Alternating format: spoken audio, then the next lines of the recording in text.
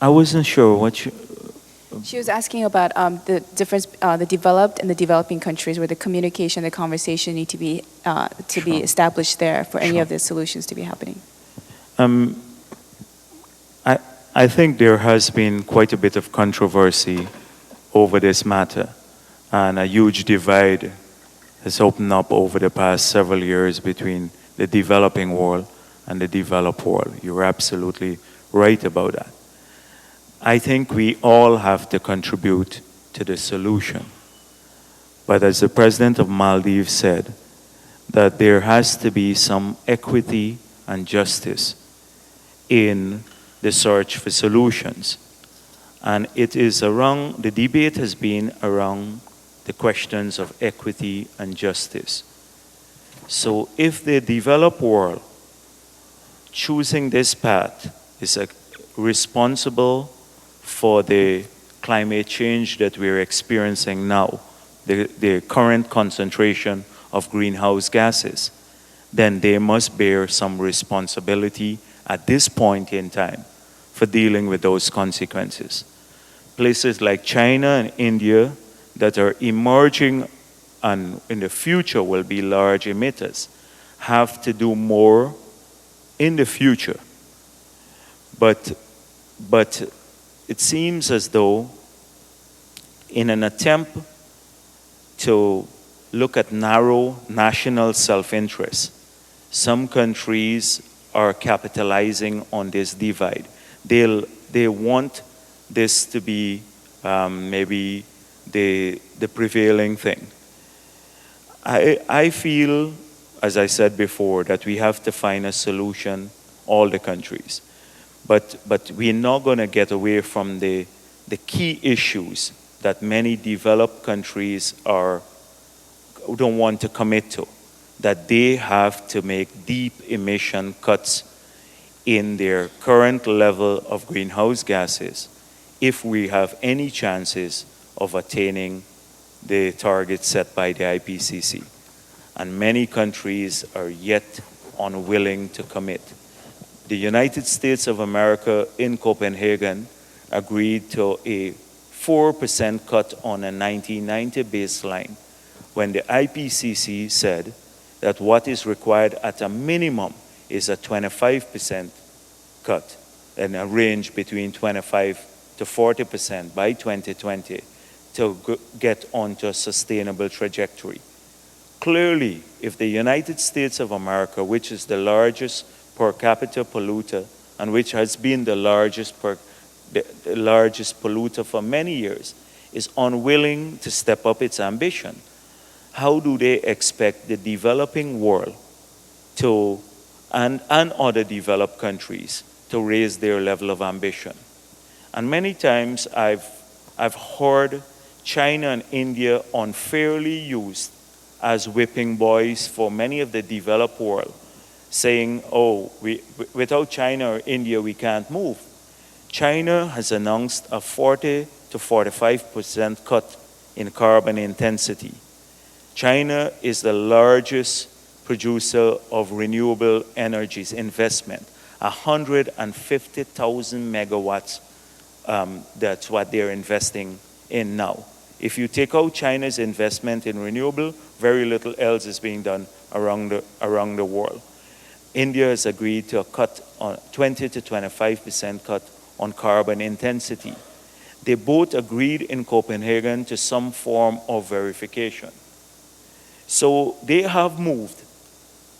But again, I think the solution is global. We all have to be part of it, China, India, United States of America, South Korea. But the question has been about the level of commitments, the differentiated responsibility, and who pays for what.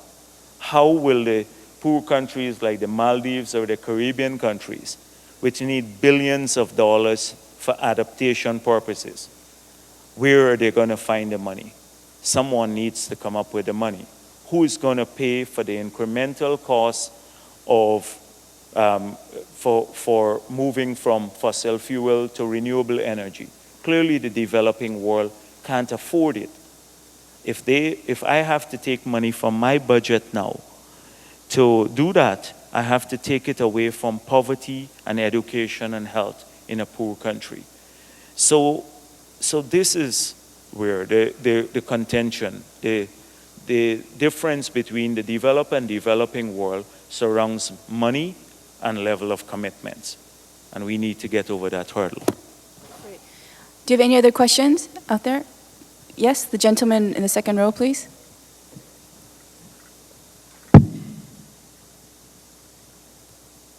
Hi.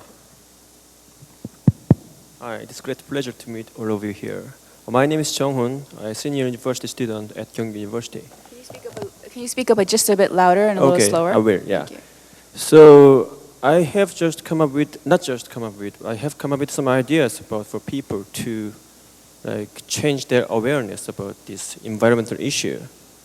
I've been thinking, actually, I have been attending many seminars about this environmental issue because I'm quite interested in.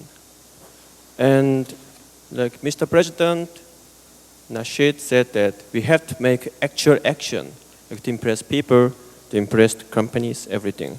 But I think we need help. But how can we do that? So what I'm thinking is that the current education system is quite out of date. Because Erwin Toffler said this education system is focused on industrial age and not for this current time. So if we compare the technology and the education, it's quite different. 10 years ago, there has been big advancement of technology, like in mobile, in PC, everything. But the education, it is almost the same. We start in the same age, we study the same subjects, and everything is the same, so it doesn't really change. It goes really slow. And by contrast, the business is going very fast, but the government is going very slow. It's unbalanced pace. So I think that is the problem. That is what I discussed actually yesterday in the working discussion. So what I think is, what if the business get involved in the education? So actually business needs some creative people, but in current education system, they cannot bring up creative people because they are actually killing the creativity. Because they are socialized. In the process, they are losing their creativity, their creative thoughts. So I think it has to be changed. But how? What if the business can get involved in it? The government can get involved in it. So business can set up the school, and then they can bring up their students and workforce that they want for their company to work for. So that is what I thought. And actually, if we have the help from the government and business, we can make actual action to change this world. I mean, this is really serious, as you said. It's going really seriously. But people's awareness is not changing. I've just seen that Office Depot. Yeah, that is a very good company because they are producing environmental products. But do people buy that? That is more expensive. Some people would, but some people wouldn't. Because we have to consider about the human facts, the direct benefit. So we have to give the direct benefit as well. At the same time, we have to change our awareness by some business getting involved in the education system. It's what I thought. So what do you think about that? I mean, it's a very good point, and it actually touches upon the education system. I know, Prince Zahir, we talked before as well about education and how education is really important, the environmental education you're trying to also to push for in Afghanistan. Do you want to comment on his questions? Well, I think my friend had very good ideas, and he's quite right.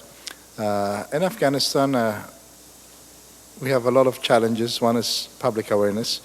I'm very glad to say that before I was coming here to Korea to receive these awards, Afghanistan's very first 6 environmental engineers graduated from Kabul University, and we gave their awards.